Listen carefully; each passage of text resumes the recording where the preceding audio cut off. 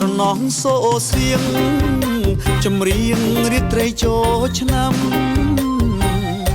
កាននោះអូនផ្ដាំ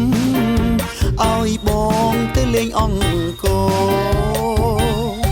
បងបានយកផ្កាទៅថ្វាយទេវតាសូមប្រទានពរជួយថែអង្គឲ្យថិតទេព្រោះគេដំណើរខ្មែរ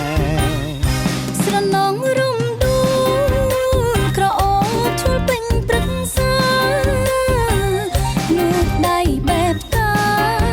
អរាស្រមៃប្រស្នារមុខអង្គជួនច្រៀងបន្តក្រំពន្លឺខែពេលភ្លុំកាញ់ចាយរំដោគូអូនប្រច័នតែបងស្រណងស្រងស្រងយើងក្បងទឹកចែកគ្នាញ៉ាំរដូវចូលឆ្នាំប្រស្រីរងច្រៀងរំ